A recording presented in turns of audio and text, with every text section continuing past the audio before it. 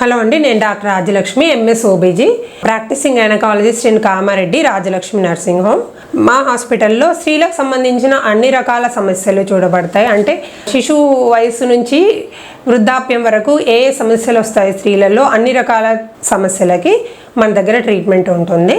Periods ఇరెగ్యులర్గా రావడము, పెళ్ళైన స్త్రీలలో సంతానలేమికి సంబంధించిన సమస్యలు, బహిష్టు సంబంధించిన సమస్యలు, గర్భసంచిలో గడ్డలు కానీ, గర్భాశయంలో గోడలు ఉండడము, పాలిప్స్ ఉండడము, ట్యూబ్స్ మూసుకుపోయి ఉండడము, సంతానలేమి సమస్యలు, ఇంకా మెనోపాజ్లో వచ్చే సమస్యలు అంటే హెవీ బ్లీడింగ్ అవ్వడము, ఇలాంటి సమస్యలన్నిటికీ మన దగ్గర చికిత్స చేయబడుతుంది. ఇప్పుడు మనం మాట్లాడాలనుకునే విషయం ఏంటంటే ఊబకాయం, ఒబేసిటీ అన్నమాట. ఒబేసిటీ అనేది మీకు అందరికీ చాలామందికి అవగాహన ఉంది. ముఖ్యంగా స్త్రీలలో ఒబేసిటీ వల్ల చాలా ప్రాబ్లమ్స్ వస్తాయి. స్త్రీలలో వయసును బట్టి మనం ఇప్పుడు డిస్కస్ చేద్దాము. టీనేజ్ వయసులో ఒబేసిటీ ఉందనుకోండి, అంటే ఉండాల్సిన బరువు కంటే అధిక బరువు ఉండడం వల్ల వాళ్ళకి నెలసరి సరిగా రాకపోవడము, థైరాయిడ్ సమస్యలు రావడము, ఇలాంటివన్నీ సమస్యలు వచ్చే అవకాశం ఉంది. పెళ్ళైన స్త్రీలలో చూసుకుంటే, పెళ్ళైన స్త్రీలలో ఊబకాయం వల్ల సంతాన సాఫల్యతకు సంబంధించిన సమస్యలు వచ్చే అవకాశం ఉంది. మెనోపాజ్ దగ్గర అంటే 40-45 ఉన్న వాళ్ళకి ఊబకాయం ఉండడం వల్ల కొలెస్ట్రాల్ సంబంధించిన సమస్యలు, బీపీ, షుగరు, థైరాయిడ్ ఇలాంటి సమస్యలన్నీ వచ్చే అవకాశం ఎక్కువగా ఉంది. అయితే అందరికీ చాలామందికి అవగాహన ఉంది. ఒబేసిటీ అంటే మనం క్యాలిక్యులేట్ చేసేది BMI అంటాం, అంటే బాడీ మాస్ ఇండెక్స్ అని. ఇది ప్రత్యేక పద్ధతిలో కొలుస్తారు. అంటే మనం ఉండాల్సిన బరువు ఎంత ఉంది, మన ఎత్తుకి తగ్గట్టుగా బరువు ఉన్నామా లేదా అని. BMI 18 to 23, లెస్ దాన్ 18 ఉంటేనేమో అది మళ్ళీ సన్నగా ఉన్నట్టు.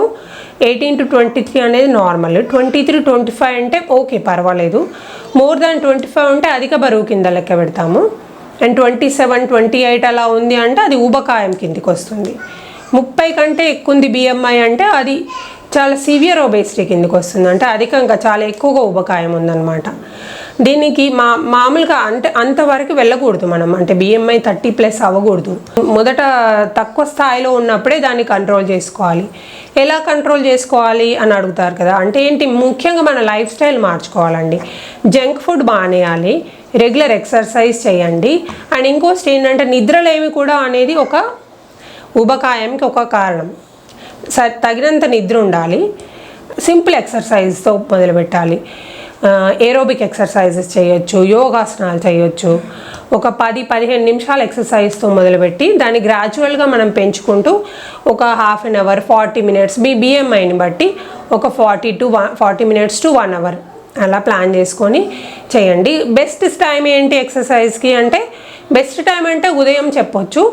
కుదరకపోతే ఒకవేళ చాలామంది స్త్రీలు ఉదయం పూట పనుల్లో బిజీ ఉంటారు, అలాంటి వాళ్ళైతే ఈవినింగ్ టైంలో అయినా ప్లాన్ చేసుకోవచ్చు. ఈవినింగ్ కూడా కుదరట్లేదు అంటే మీకు సమయం ఎప్పుడు దొరికితే అప్పుడు దానికి తగ్గట్టుగా మీరు మీ లైఫ్ స్టైల్ని ప్లాన్ చేసుకోండి. ఖచ్చితంగా ఎక్సర్సైజ్ చేయండి.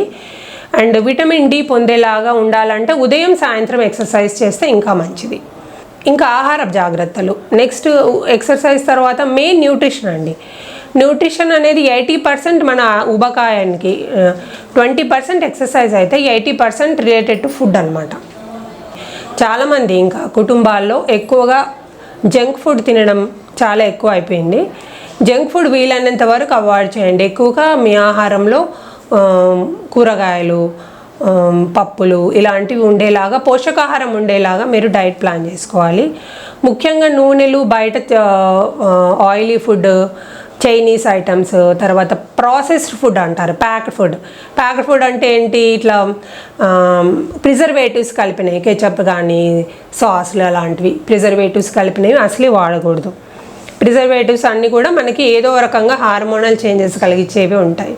ముఖ్యంగా సెల్ ఫోన్ అనేది దూరం పెట్టాలి. నిద్రపోవడానికి 1 hour ముందే సెల్ ఫోన్ దూరం పెట్టాలి. ఏ రకమైన బ్లూ రేస్ అంటారంటే, బ్లూ రేస్ అంటే ఏంటి, ఎలక్ట్రానిక్ డివైజెస్ అనమాట. టీవీ కానీ, సెల్ ఫోన్ కానీ, ల్యాప్టాప్ కానీ, ట్యాబ్ కానీ, ఇవన్నీ నిద్రపోవడానికి 1 గంట ముందే దూరం పెట్టేయండి. ఓకే, దానివల్ల ఏంటి, మనకు నిద్ర క్వాలిటీ అనేది పెరుగుతుంది. నిద్రలో రిలీజ్ అయ్యే హార్మోన్స్ చాలా ఉంటాయి. అంటే మన బయోలాజికల్ క్లాక్ ఉంటుంది కదా, జీవ గడియారం అనేది ఖచ్చితంగా మంచి పనిచేస్తుంది. దాంతో హార్మోన్స్ నార్మల్గా రిలీజ్ అవుతాయి.